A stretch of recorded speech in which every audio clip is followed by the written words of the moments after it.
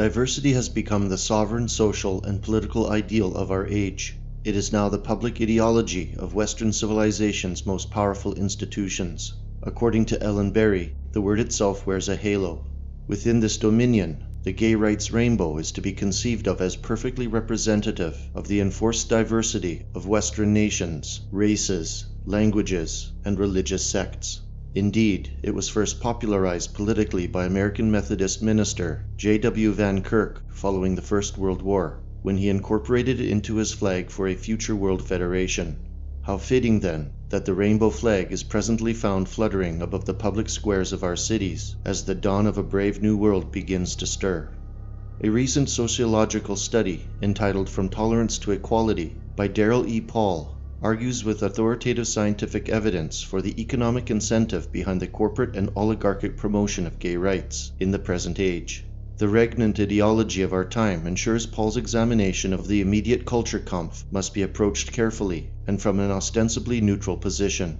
As an empirical study, the book is data-heavy and replete with a sociological vernacular, and from a superfluity of pages on testable constructions, such as multiple correspondence analyses, it convincingly attests to the correlation between wealth, social and cultural capital, and support for gay marriage.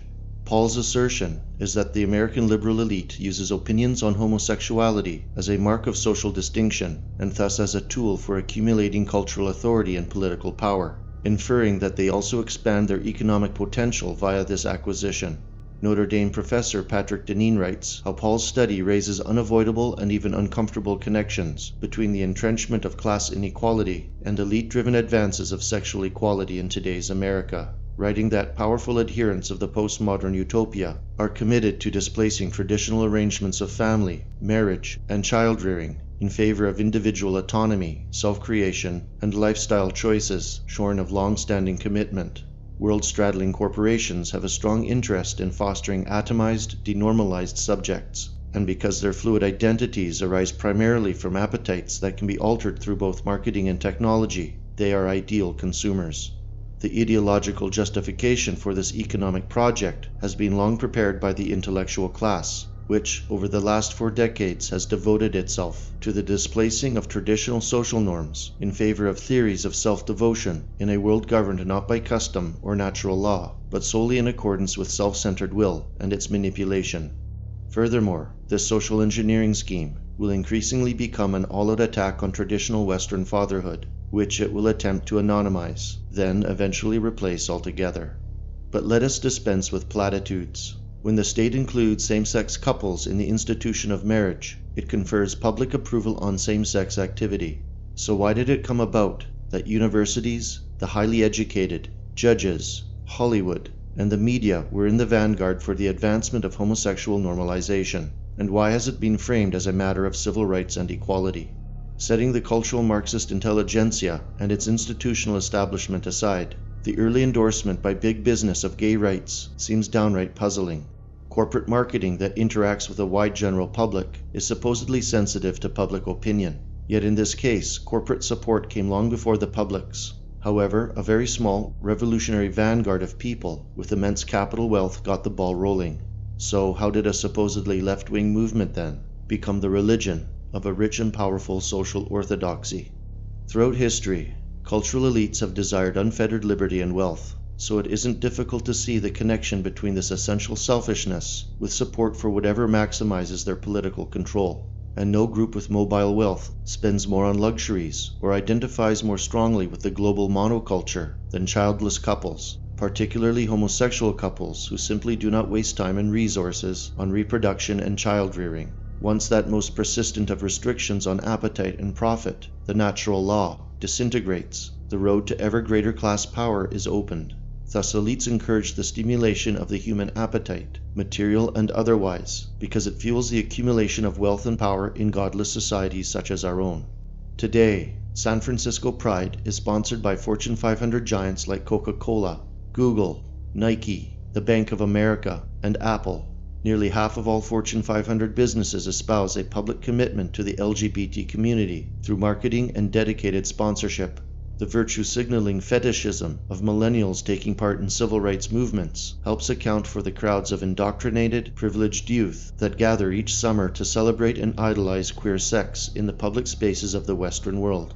And the trumpeting of homosexuality for this new generation carries with it a viral mixture of prestige and altruism. Municipal politicians have also been at the very forefront of the homosexual revolution. Urban development advisors like Richard Florida have spent many decades encouraging city mayors and politicians to nurture so-called gayborhoods.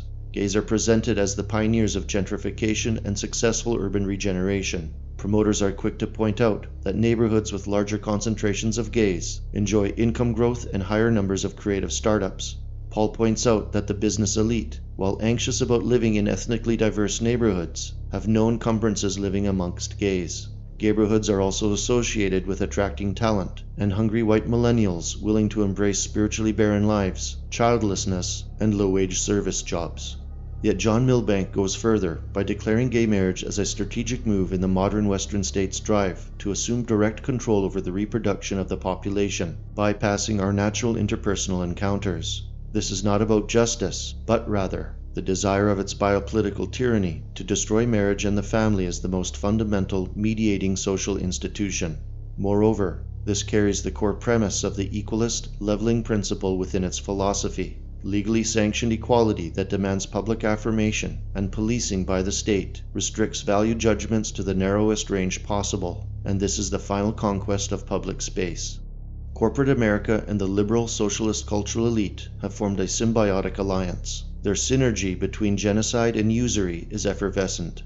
In Paul's conclusion, he astutely writes, "The sexual revolution is not the least bit metaphorical.